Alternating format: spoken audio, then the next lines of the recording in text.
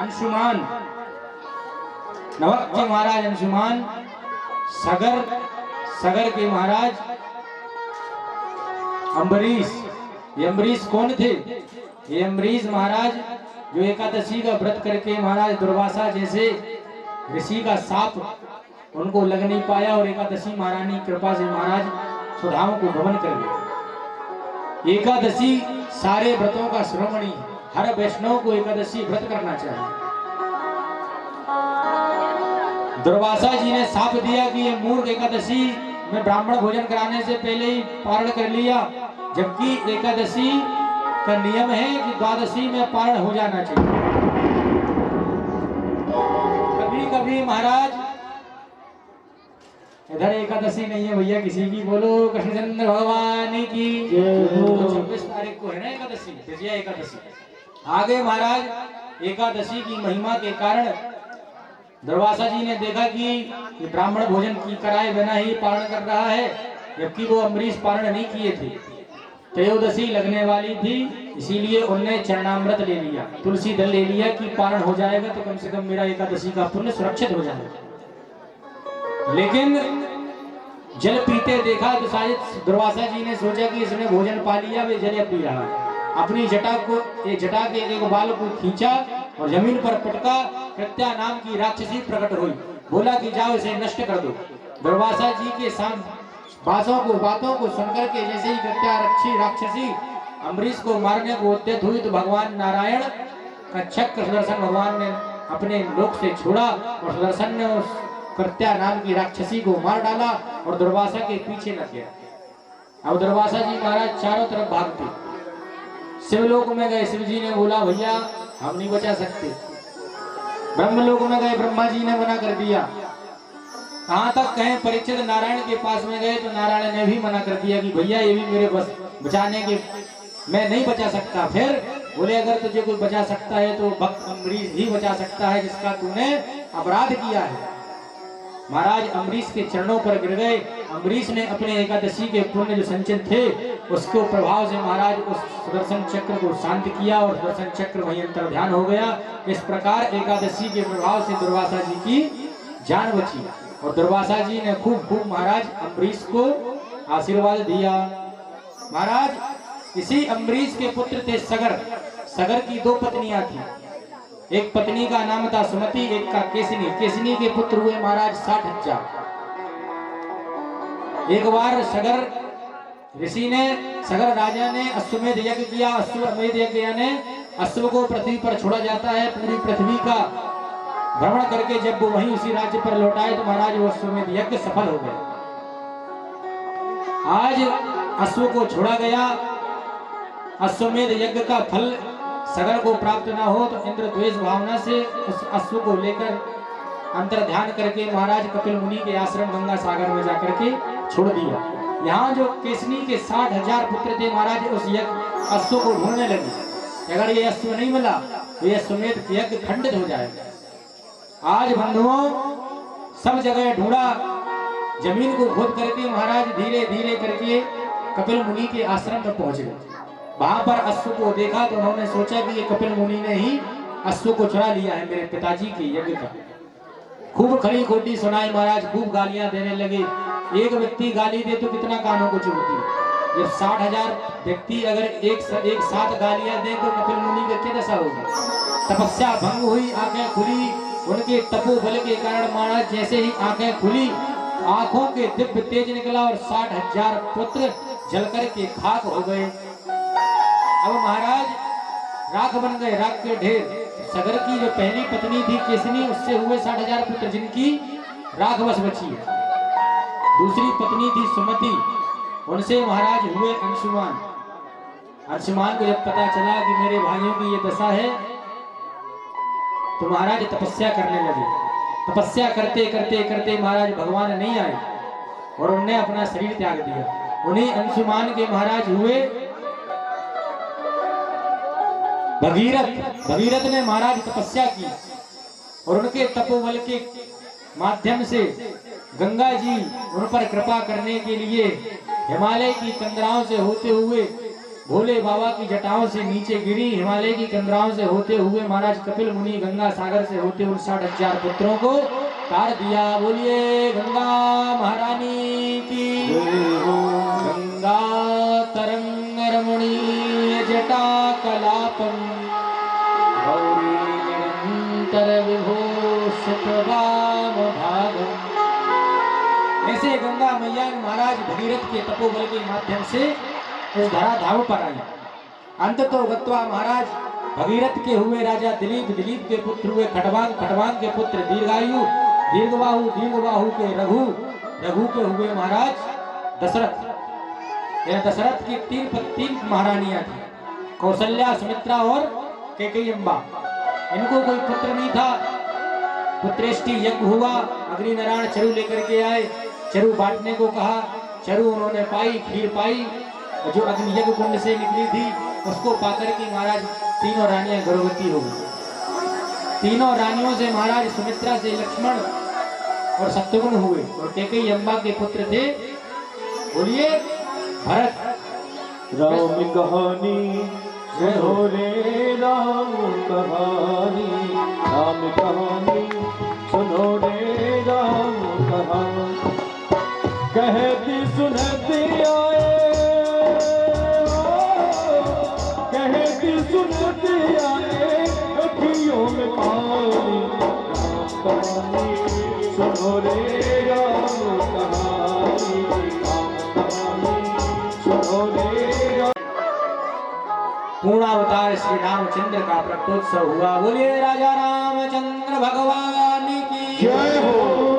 नवमी तिथि मघ मास पुनीता, नवमी तिथि कृष्ण रे पुनीता।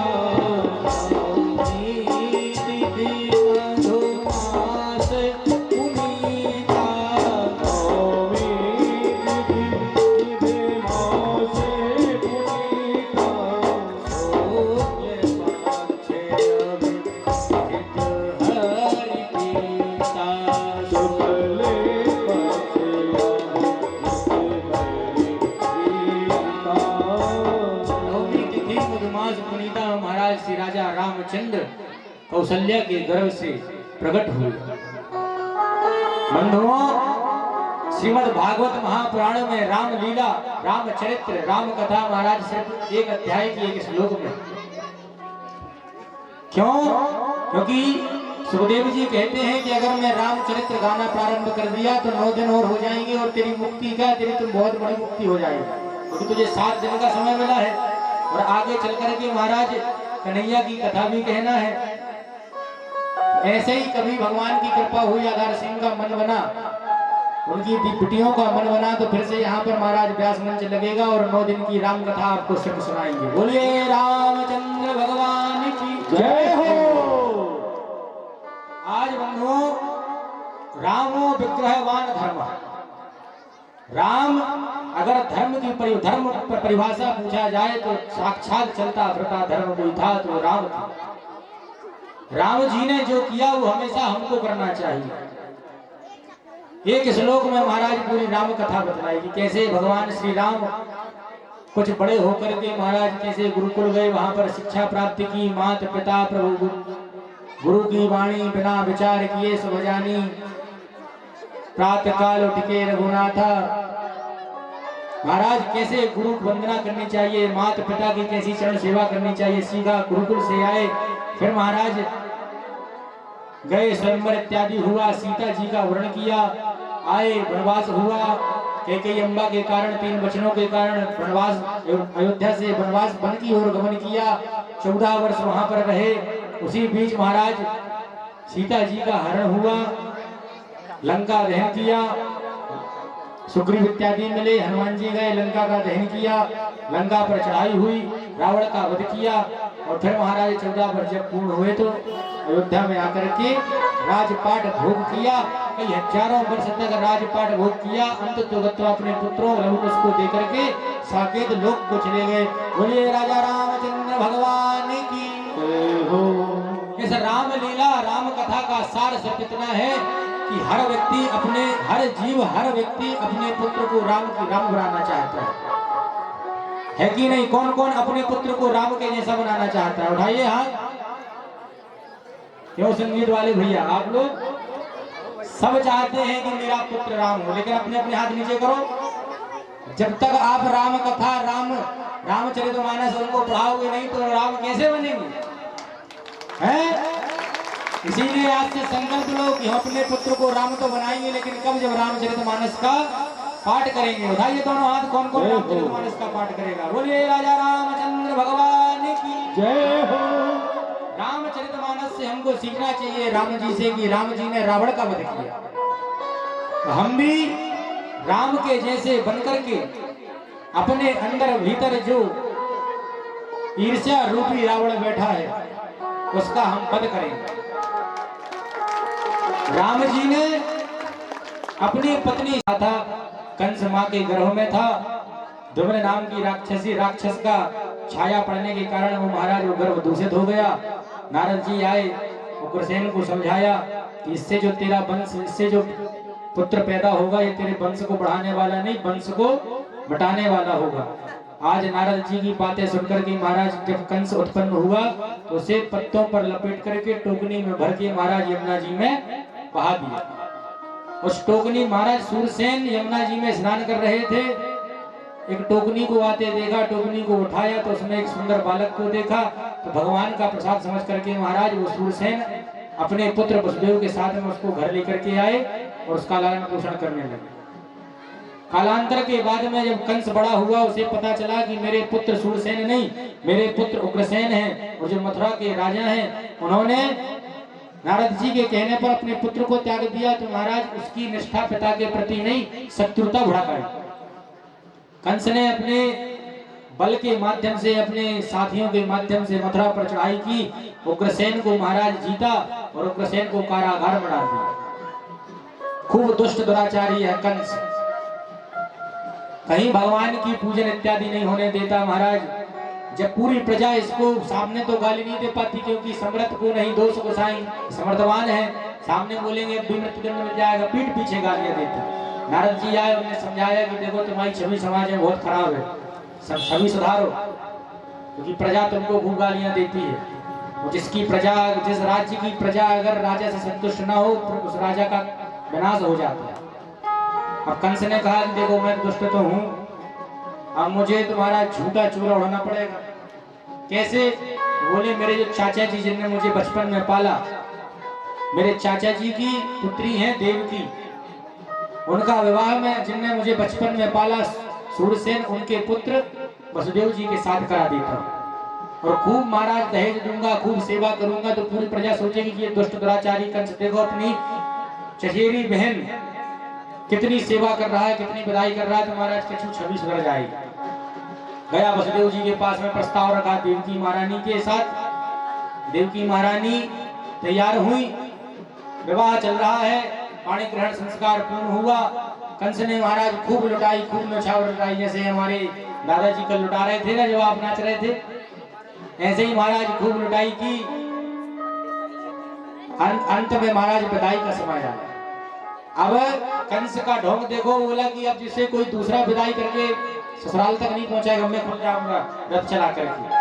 प्रजा खूब देखे कंस को, कहा है भैया कल तक तो ये खूब मारता था, पीटता था लोगों को, आज इसका प्रेम भाव देखो, खुद की बहन ने चाचा जी की बिटिया की विदाई इतनी धूमधाम से कर रहा है। महाराज रथ पर सवार हुआ कंस, देवकी महारानी वसुदेव जी को रथ पर बैठाया। आज राजर्षि परीक्षित जैसे ही रथ को हाँकने लगा, तो आज महाराज जैसे ही रथ आगे बढ़ने लगा तो आकाशवाणी हुई कि अरे मूर्ख कंस, तो जिस अपनी बहन और अपने जीजा को, जिसको तू वसुदेव जी को तू विदा कर रहा है, इन्हीं की देवकी के गर्भ से 8वां पुत्र, 8वीं संतान जो उत्पन्न होगी वो तेरी मृत्यु का कारण बनेगी, काल बनेगी। जैसे ही महाराज आज आकाशवाणी को सुना तो आज कंस नीचे उतरा और महाराज देवकी के केसों को पकड़ करके जमीन पर पटक दिया। आकाशवाणी हुई थी कि अष्टम पुत्र पुत्र इसका काल बनेगा, मेरा काल बनेगा। तो जब ना रहे, आज मैं इसी देवकी को ही मार डालूंगा तो ना रहेगा, बांस न बजेगी। महाराज तलवार को निकाल करके जैसे ही मारने हुआ तो वसुदेव जी ने हाथ मारा। अरे कंस तू कितना बलशाली राजा है, एक स्त्री को मारने में तुझे शर्म नहीं आएगी, लाज नहीं लगेगी कि तू एक स्त्री पर वार कर रहा है, उसका वध कर रहा है। आकाशवाणी ने कहा है कि इससे उत्पन्न 8वां पुत्र इसका तेरी मृत्यु का कारण बनेगा। तो मैं कहां तक कहूं, बस मैं सत्यवादी वसुदेव हूं। मैं आज प्रतिज्ञा ले रहा हूं कि इसके 8 के 8 पुत्रों को मैं तुझे समर्पित कर दूंगा। तू इसे त्याग दे, इसे छोड़ दे। कंस मान गया, वसुदेव जी क्या सत्यवादी थे। कंस ने बोला लेकिन जब तक ये 8 पुत्र नहीं हो जाते तब तक आपको इस मेरे मथुरा के कारागृह में रहना पड़ेगा। ठीक है भैया, मान गए। पहला पुत्र हुआ महाराज कीर्तिमान नाम का। वसुदेव जी ने सैनिकों को बताया, मथुरा के राजा कंस के पास में पहुंचाया कि यह पहला पुत्र हुआ है।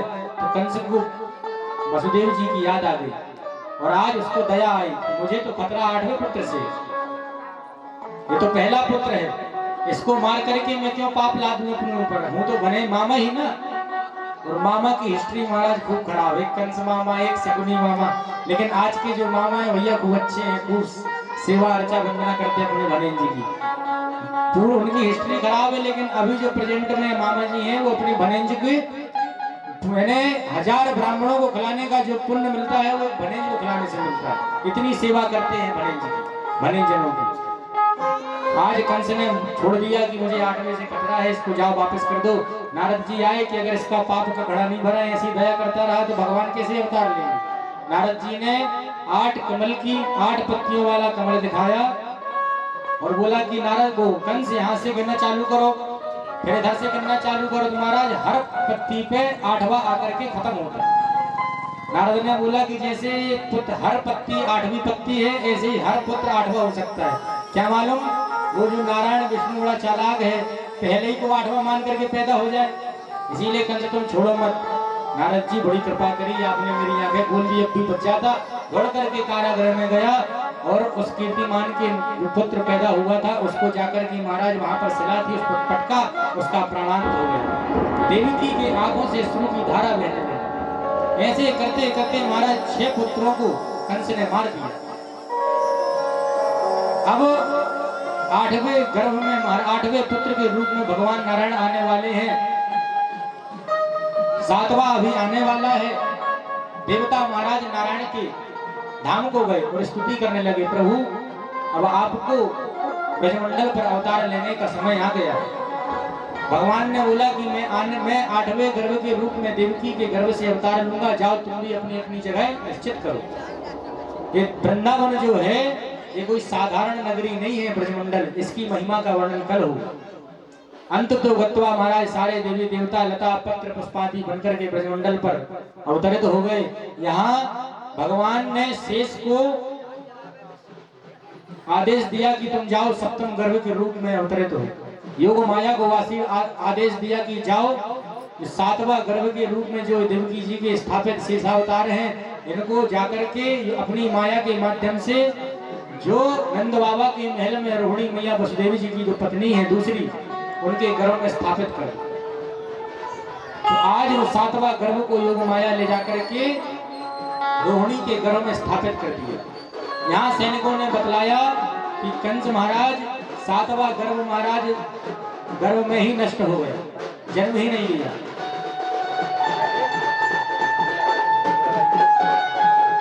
यहाँ 7वां गर्भ महाराज शेषावतार रोहिणी के गर्भ पर स्थापित हो। कंस ने कहा चलो अच्छा हुआ, एक पुत्र को मारने की पाप नहीं लगा। अब 8वें पुत्र के रूप में महाराज श्री कन्हैया का अवतार हो गया।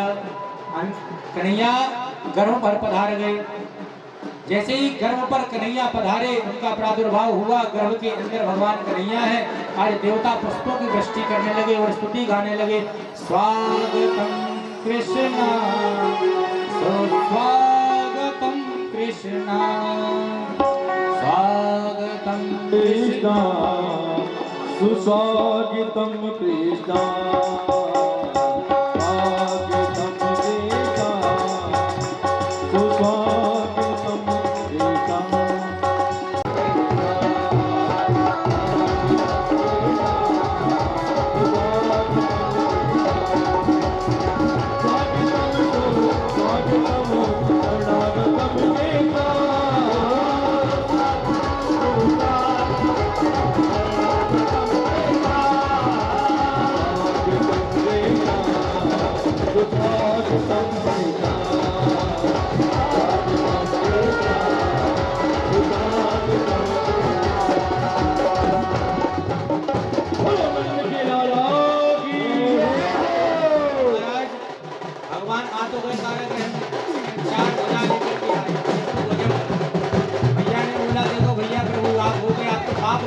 ने देखा कि ब्रजमंडल पर अवतार लिया है, वहीं महाराज दौड़ करके अपने महल में गया, राजसभा में, और मीटिंग बुलाई कि ब्रजमंडल में पता कैसे करें, इनको यहीं छोड़ो, पहुंचते अपन गोकुल में। गोकुल में महाराज नंद बाबा की 2 बहनें हैं जिनका नाम है नंदा सुनंदा।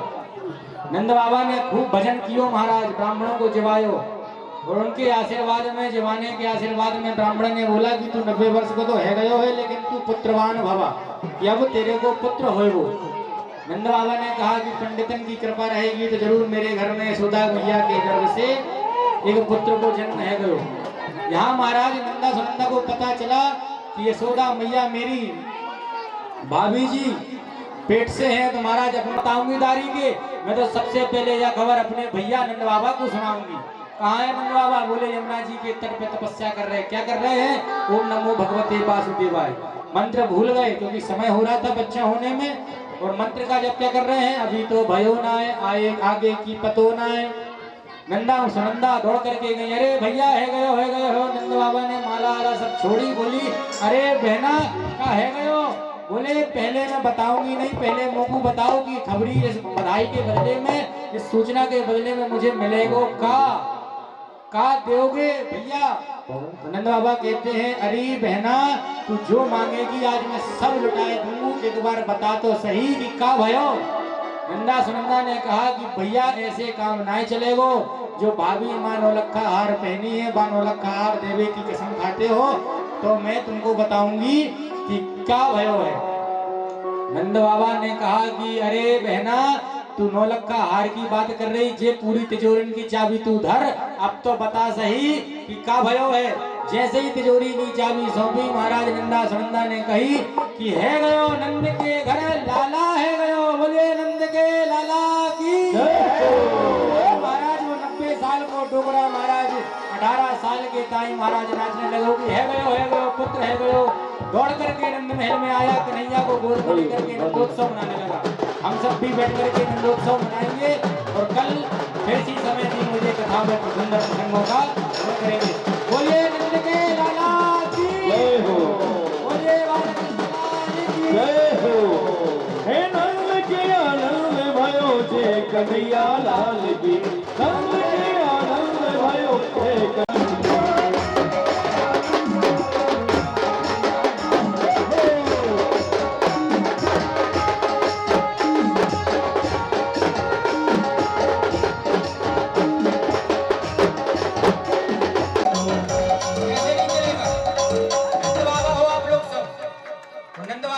महल में जितने आए थे ना ब्रजवासी सब कहते रहे बधाई हो, प्रेम से हाथ उठा करके दोनों सब लोग बोलेंगे बधाई हो, बधाई हो, बधाई हो। अभी तक वृंदावन नहीं पहुंची आवाज तेज से, बधाई हो, बधाई हो,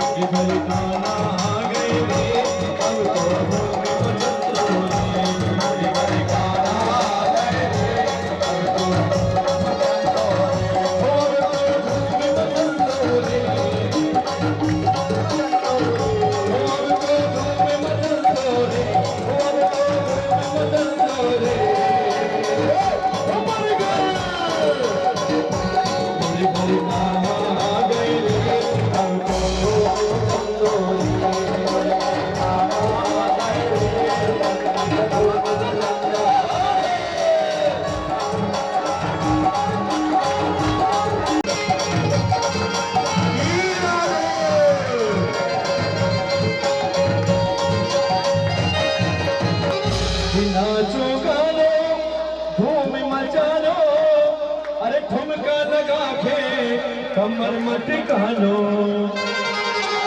अरे जी हाजिर चंदो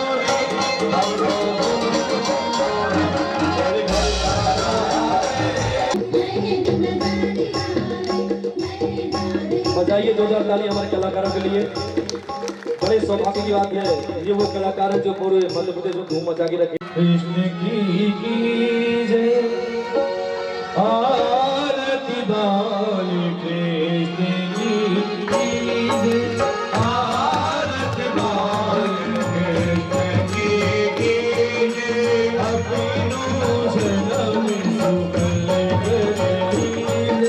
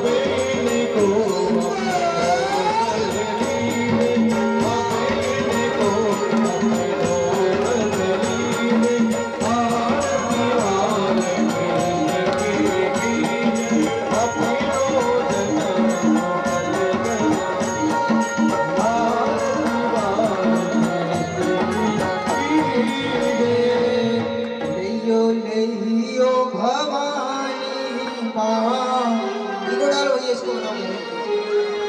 लियो लियो